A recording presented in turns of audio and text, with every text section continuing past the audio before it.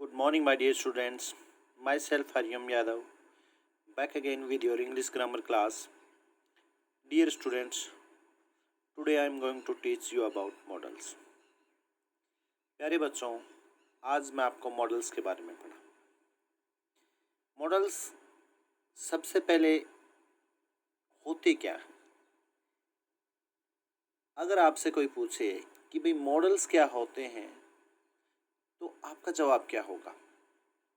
What is the definition of models? So definition of models, देखिए बच्चों, auxiliaries those express the mode of action denoted by the main verbs are called modals. Auxiliaries those express the mode of action denoted by the main verbs are called modals. अर्थात वे helping verb सहायक क्रियाएं जो main verb मुख्य क्रिया की कार्यविधि को व्यक्त करते हैं मॉडल्स कहलाते हैं।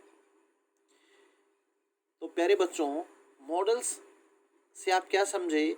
मॉडल्स वे हेल्पिंग वर्ब होती हैं, वे सहायक क्रियाएं होती हैं जो मुख्य क्रिया मेन वर्ब की कार्यविधि को व्यक्त करते हैं।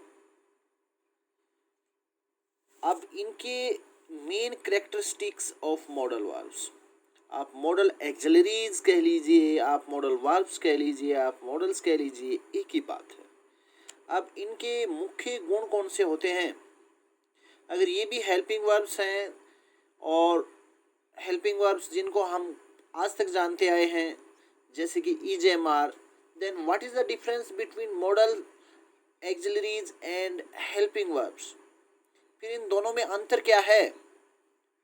अंतर है बच्चों, हेल्पिंग वर्ब्स आपकी according to subject, according to number, according to person depend करती हैं, लेकिन आपकी जो मॉडल एक्सिलरीज हैं उन पे सब्जेक्ट, नंबर, जेंडर, पर्सन का कोई इफेक्ट नहीं पड़ता। जैसे अभी इसका जो गुण है वो देखिए। पहला गुण है भाई, model auxiliaries show the mode of main verb. जो मुख्य आपकी वर्ब है ना, उसकी कार्यविधि को दर्शाते हैं। एबिलिटी, कार्यविधि यानी कि उसकी किस प्रकार की कार्य करने की विधि है, कार्य और विधि, कार्य करने की विधि। जैसे एबिलिटी, कोई वर्ब जो ना आपके सामर्थ्य को दर्शाती है। जैसे कोई वर्ब हम बोलते हैं और उस वर्ब को सुनते ही हमें, अभी ये तो किसके लिए आया है? सामर्थ्य के लिए आया है, योग्यता के लिए आया है। जहां पे जो वर्ब आपकी एबिलिटी, योग्यता, सामर्थ्य को दर्शाए, पावर, शक्ति को दर्शाया जाए, किसी वर्ब के द्वारा आपकी शक्ति को दर्शाया जाए।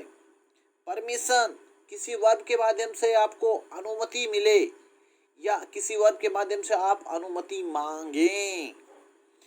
रिक्वेस्ट, प्रार्थना, जब किसी वर्ब के माध्यम से हम क्या करें?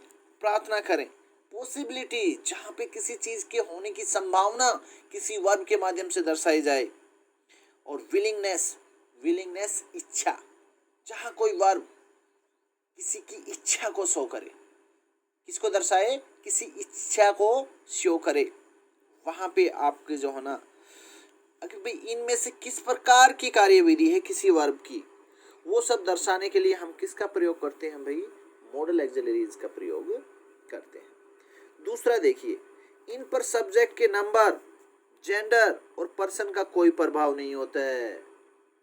आपकी जो हेल्पिंग वर्ब्स है ना, वो according to subject, according to number, gender और पर्सन चेंज होती हैं, जबकि जो आपकी मॉडल एक्सिलरीज जो होती हैं उन पे नंबर, जेंडर, पर्सन और सब्जेक्ट का कोई प्रभाव नहीं पड़ता।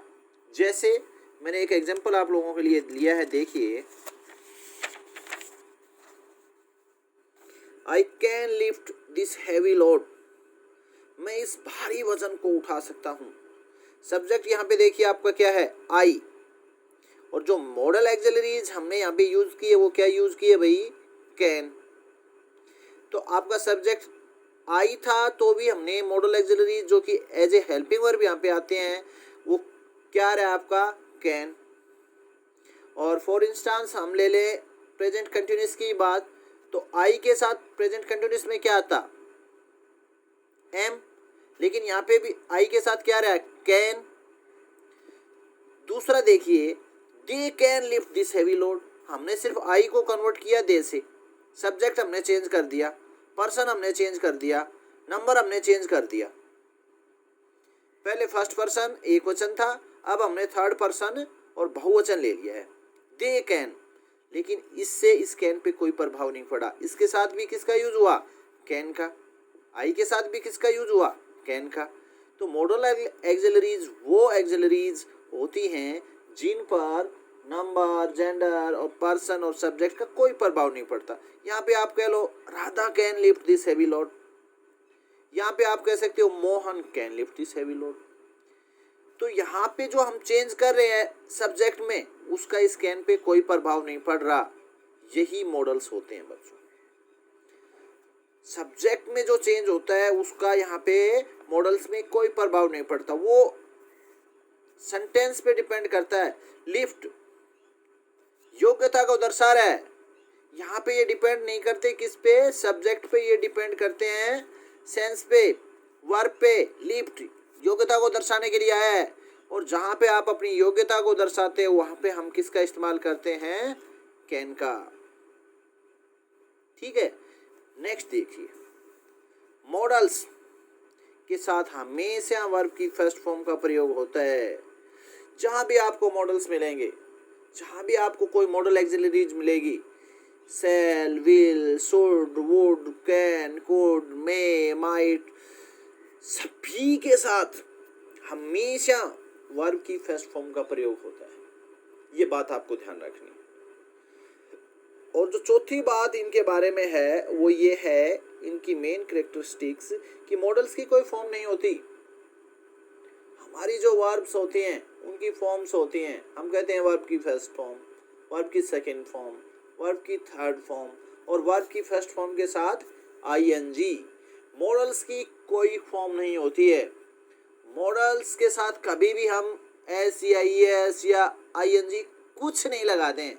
मॉडल्स हमेशा अकेले आते हैं, और वो डिपेंड करता है आपकी वर्ब पे कि आपकी वर्ब के कार्य करने की विधि क्या है, कि आपकी वर्ब जो ना किस चीज़ के लिए आ रही है, क्या दर्शा रही है, और उसी के अकॉर्डिंग फिर आपका चाहे नंबर, जेंडर, पर्सन, सब्जेक्ट कोई भी हो, सबके साथ हम उन्हीं मॉडल एक्सिलरीज का प्रयोग करते हैं। सो बच्चों, आज मैंने आपको मॉडल्स के बारे में बताया, उनके कैरेक्टरिस्टिक्स के बारे में बताया है, और आप सब ने ये अच्छे से देख लेने, समझ लेने हैं। और कल से हम जो है ना यूजेज ऑफ मॉडल्स करेंगे। और आज के बाद आपको जितने भी मेरे वीडियोस मिलेंगे वो यूट्यूब के माध्यम से मिलेंगे। सो आपको मेरे वीडियोस रेगुलरली मिलते रहें, इसलिए आप जो है ना यूट्यूब पर जा कर के और इस चैनल को सब्सक्राइब करें, और जो बेल आइकन है उसको प्रेस करें, ताकि आपको जो भी मेरे वीडियो जब कभी भी मैं डालूं आपको तुरंत मिलते रहें। Thank you, have a nice day.